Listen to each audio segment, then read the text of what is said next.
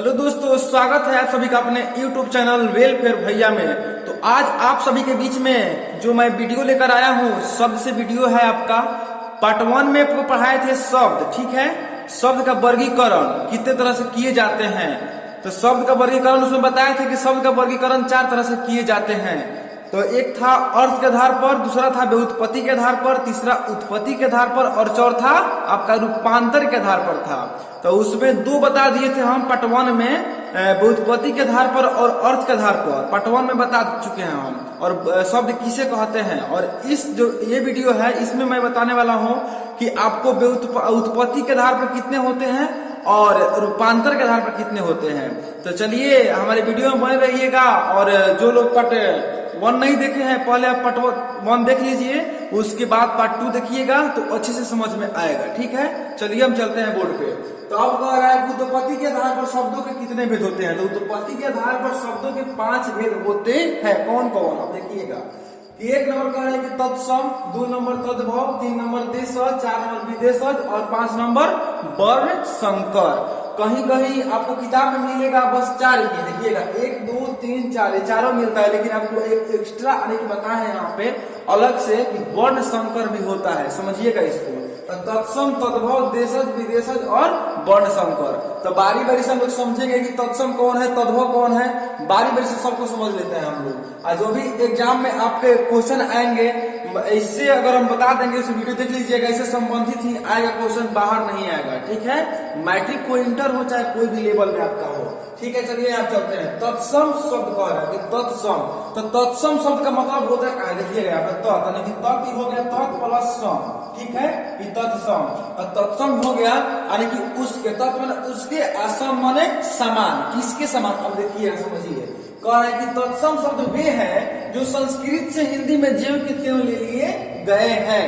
अब कह रहा है कि तत्सम शब्द उसको बोलते हैं हम लोग कि जो संस्कृत से उठा के हिंदी में ज्यों के त्यों रख दिया गया है, उसी को हम लोग तत्सम शब्द कहते हैं।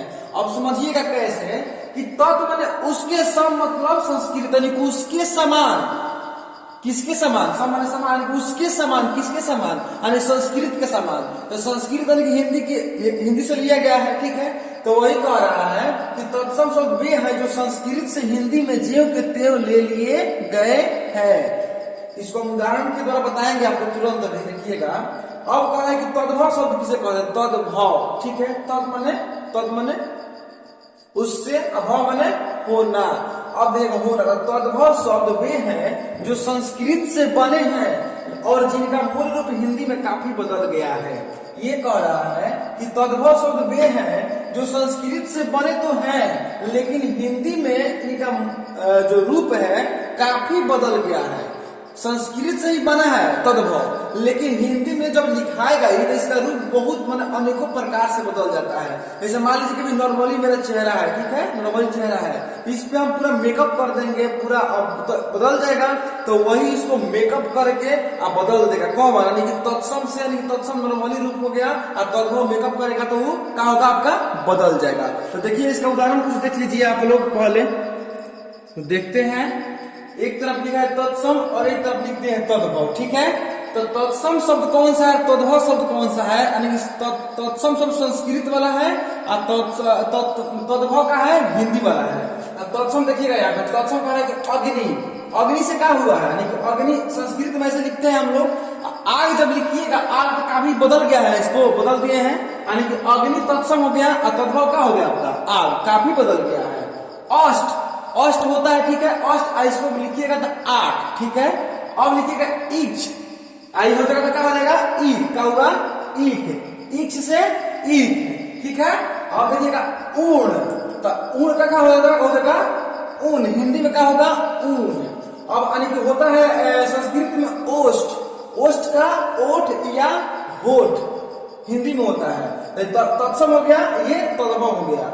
अघोर यानी कि अघोर, अघोर का मतलब पता होता है, शमशान घाट पे होते हैं लोग। कंपन, कांपना, क्या होगा, कांपना, कंपन मतलब संस्कृत हो गया, इसका कांपना हो गया, ठीक है। संस्कृत में जो करके लिखाता है इसको। खरजूर, खरजूर लिखते हैं हम लोग, लेकिन जैसे जैसे पीढ़ी बदलते गया, पहले के लोग थे और आते गए इधर बने, तो अपना एक देते गए, छोटा छोटा उसको करते गए, छोट करते गए, छोट करके पूरा छोट कर दिए वो लोग, ठीक है। तो ऐसे ही छोट हो गया था, हम लोग वही पढ़ रहे हैं। तो खरजूर पहले के लोग लिखते थे, लेकिन अब क्या खजूर लिखा रहा है। संस्कृत में होता है खरजूर और हिंदी में खजूर। कजल यानी कि काजल, घंटिका घंटी, हस्त तो हाथ, ठीक है। चंद्र, चंद्र संस्कृत में तत्सम और चांद, जी हाँ जीव, दधी दही, दुग्ध दूध, धरित्री धरती, नग्न नंगा, पंख पंखा, बिंदु बूंद, भलुक भालू, रात्रि रात, लौ लोहा। ये सब का क्या हो गया, ये वाला यानी कि तत्सम हो गया। ये का क्या हो गया, तद्भव, ठीक है। तत्सम तद्भव का अंतर आप लोग समझ गए। उम्मीद है कि आप लोगों को दिक्कत कहीं किसी भी एग्जाम में नहीं होना चाहिए, ठीक है। इसका ट्रिक है कि कहीं मेरे तत्सम में अगर संयुक्ति छ दिखे, संयुक्ति छ, तो उसको हम तत्सम ही कहते हैं, ठीक है। और तद्भव जब उसका रूप होगा तो उसका ख या माने ख क बन जाता है। अगर व आपको दिखे ज्यादातर माने तत्सम में व दिखे व, तो तत्सम होता है। अगर व दिखे, ब अगर दिखे वाले किसी शब्द में, तो क्या होता है, तद्भव, ठीक है। यानी कि संयुक्ति छ आप ले लिए संयुक्ति छ, संयुक्ति छ का तुड़िएगा तो क्या हो जाएगा, क आ छ, कहीं कहीं ख भी हो जाता है, ठीक है। इसका इसमें देखिएगा तो अब देखिए यहाँ पे आपको दिखा देना है कहीं इक्ष है ना, यहाँ पे इक्ष, तो इक्ष से क्या हो गया है, यानी कि इक छ संयुक्ति छ लगा है, तो क्या हो गया आपका, यानी कि इक हो गया। अब देखिएगा र है, र का क्या हो जाएगा, न, तो र क्या होगा यहाँ पे, न हो गया। ओष्ठ है, अघोर है, कंपन खरजूर है, कजल है। देखिएगा इसको, इसमें प्रयोग होता है। तो अब देखिएगा इसको, तत्सम और तद्भव। अब देखते हैं आगे हम लोग की देशज और विदेशज किसे कहते हैं। तो देखिए देशज शब्द, देशज कह रहा है कि देशज शब्द वे हैं जो इस देश की अन्य भाषाओं या घरेलू बोलियों से लिए गए या लोगों के द्वारा गढ़ लिए गए हैं। देखिएगा यहाँ पे कह रहा है कि देशज शब्द वे हैं जो इस देश की अन्य भाषाओं से लिए गए या घरेलू बोलियों से लिए गए या लोगों के द्वारा गढ़ लिए गए हैं। इसमें देखिएगा कोई ज्यादा विशेष दिक्कत नहीं है। अपना देश की भाषा जो देशज भाषा, देशज साधारणतः हम लोग बोलते भी हैं और कहते भी हैं। ये जो देश की भाषा है अपना, यानी कि यहाँ पे जो लोग रहते हैं वो अपने द्वारा किसी माने शब्द उसको गढ़ लिए गए हैं, उसको ही देशज कहते हैं। जो अपने देश में बोला जाए उसी को देशज कहते हैं। देशज कहने से समझ में आ रहा है कि देशज किसको कहते होंगे। तो इसका व्याकरण से परिभाषा ये है कि देशज शब्द वे हैं जो इस देश की अन्य भाषाओं या घरेलू बोलियों से लिए गए या लोगों के द्वारा गढ़ लिए गए। जैसे में देखिएगा बेटा, बेटा कौन सा हम लोग बोलते हैं, बेटा, बाप, अच्छा, पीला, खिड़की, घरौंदा, आलू, लोटा, लकड़ी, पैना, कबड्डी, कुत्ता, खचर। खचर पर जानते हैं, खचर, खचर गाली होता है हम लोग की तरफ, ठीक है। घोटाला, बड़ी घोटाला आजकल हो रहा है। घोटाला का मतलब समझ में आ रहा है, चट्टी, चट्टी का मतलब दूध चट्टी को चट्टी यानी कि चट्टी पहनने वाला चप्पल, आएगा चट्टी बाजार टाइप का छोटा छोटा होता है, ठीक है। चमचम, पपीता, शेरवानी, दाढ़ी, ठेठ, ठेठ का मतलब समझ में आ रहा है। ठेठ का मतलब ठेठ भोजपुरी में ओरिजिनल भोजपुरी बोल रहे हैं, चाहे ओरिजिनल ठेठ हिंदी बोल रहे हैं। समोसा, समोसा का मतलब समझ रहे हैं ना। मुनिया, मुनिया ऐसी है। गदर, चषक, तो देख रहे हैं। तो ये सब अब क्या है, देशज। अब देखते हैं हम लोग विदेशज। देखिए विदेशी शब्द, विदेशज या कुछ लोग इसे विदेशी भी कहते हैं, विदेशी, ठीक है। कुछ लोग इसे विदेशी भी कहते हैं और कुछ लोग इसे विदेशज भी बोलते हैं। तो देखिएगा यहाँ पे, आइए अब कह रहा है कि विदेशी शब्द वे हैं जो अरबी, यानी विदेशी शब्द वे हैं जो अरबी, फारसी, तुर्की, अंग्रेजी आदि भाषाओं से लिए गए हैं। तो समझिएगा कि अरबी से कौन कौन सा शब्द लिया गया है, फारसी से कौन कौन सा शब्द लिया गया है, तुर्की से कौन लिया गया है और अंग्रेजी से कौन कौन लिया गया है, समझते हैं यहाँ पे। तो कह रहा है कि अरबी से, तो अरबी से कौन कौन लिया गया है, अदालत। अदालत कौन सा शब्द है, अरबी शब्द, लेकिन हम लोग प्रयोग इसे हिंदी में भी बोल देते हैं, लेकिन कौन सा शब्द है, अरबी भाषा से लिया गया है। तो अदालत, मुलाकात, हुजूर, ठीक है, हुस्न, हौसला, गुलाम, एतबार, किस्मत, मरम्मत, मरहम, मुहावरा, महफिल, नाजायज, मशहूर आदि और भी होता है।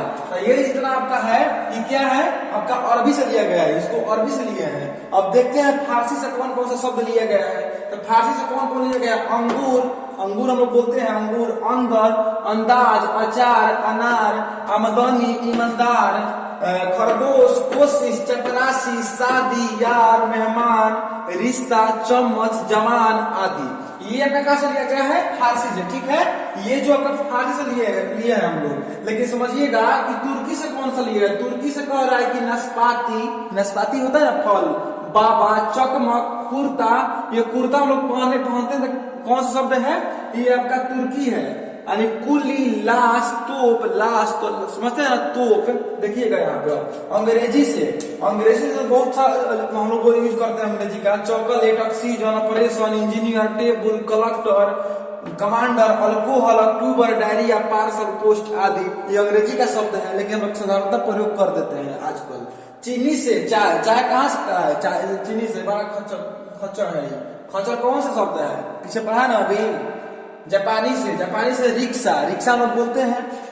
डच से कारतूस, डबल रोटी। अब आप कहिए कि हम खाली भोजपुरी और हिंदी और जिस भाषा का वही भाषा बोलते हैं, लेकिन आप ही कोशिश मतलब सोचिएगा कि आप कितने भाषा का यूज करते हैं, अपने आप पे विश्वास रखिए और देखिए आप अरबी भाषा बोलते हैं, फारसी बोलते हैं, तुर्की बोलते हैं, अंग्रेजी बोलते हैं, चीनी बोलते हैं, जापानी बोलते हैं, डच बोलते हैं। ये सब आप भाषा को मतलब प्रयोग करते हैं आप बोलचाल की भाषा में, ठीक है। तो अब देखिएगा आगे आप पढ़िएगा वर्ण संकर।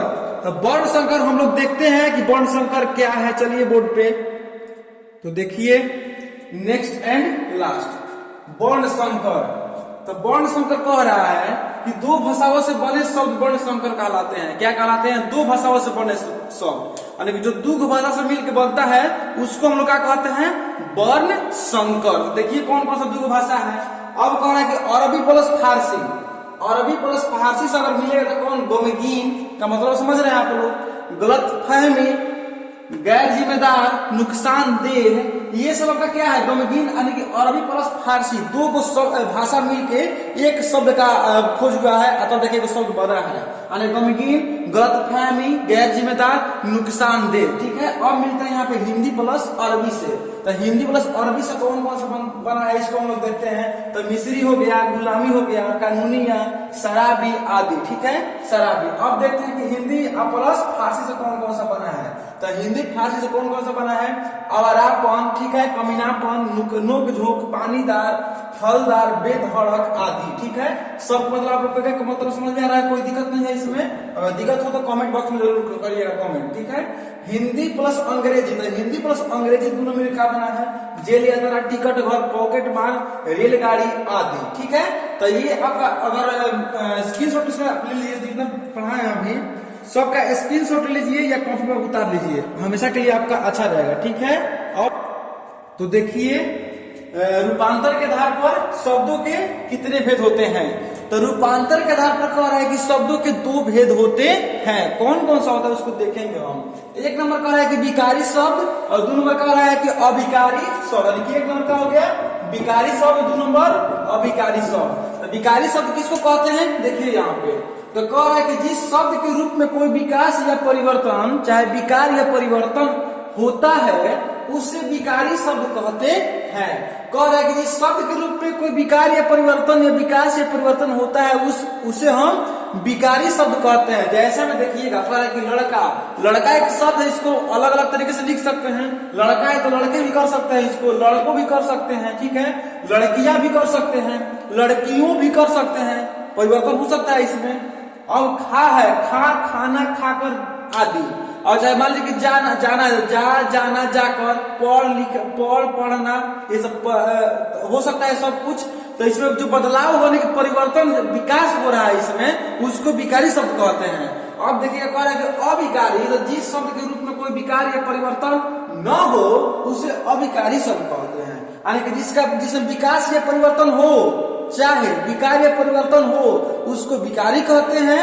अगर विकार या परिवर्तन न हो तो उसे हम अविकारी कहते हैं। अब देखिएगा इसमें कह रहा है कि परंतु, बिना, परंतु, किंतु, प्रायः, बिना आदि, ये सब परंतु में कुछ विकार कर सकते हैं, इसको परंतु कर सकते हैं, परंतु ये कर सकते हैं, नहीं कर सकते हैं, किंतु ये नहीं कर सकते हैं, किंतु नहीं कर सकते हैं, प्रायः तो प्रायः हो कुछ कर सकते हैं, ऐसा कुछ नहीं कर सकते हैं, बिना है तो बिनु कर सकते हैं, आप बिनु कर सकते हैं, नहीं कर सकते हैं, बिने कर सकते हैं, नहीं कर सकते हैं, तो इसका परिवर्तन नहीं होगा और इसमें परिवर्तन होगा। तो जिसमें परिवर्तन होगा उसको विकारी कहते हैं और जिसमें परिवर्तन नहीं होगा उसे अविकारी कहते हैं। एक समझिएगा यहाँ पे ध्यान से कि नोट समझिएगा यहाँ पे नोट कि संज्ञा, सर्वनाम, क्रिया और विशेषण विकारी शब्द है।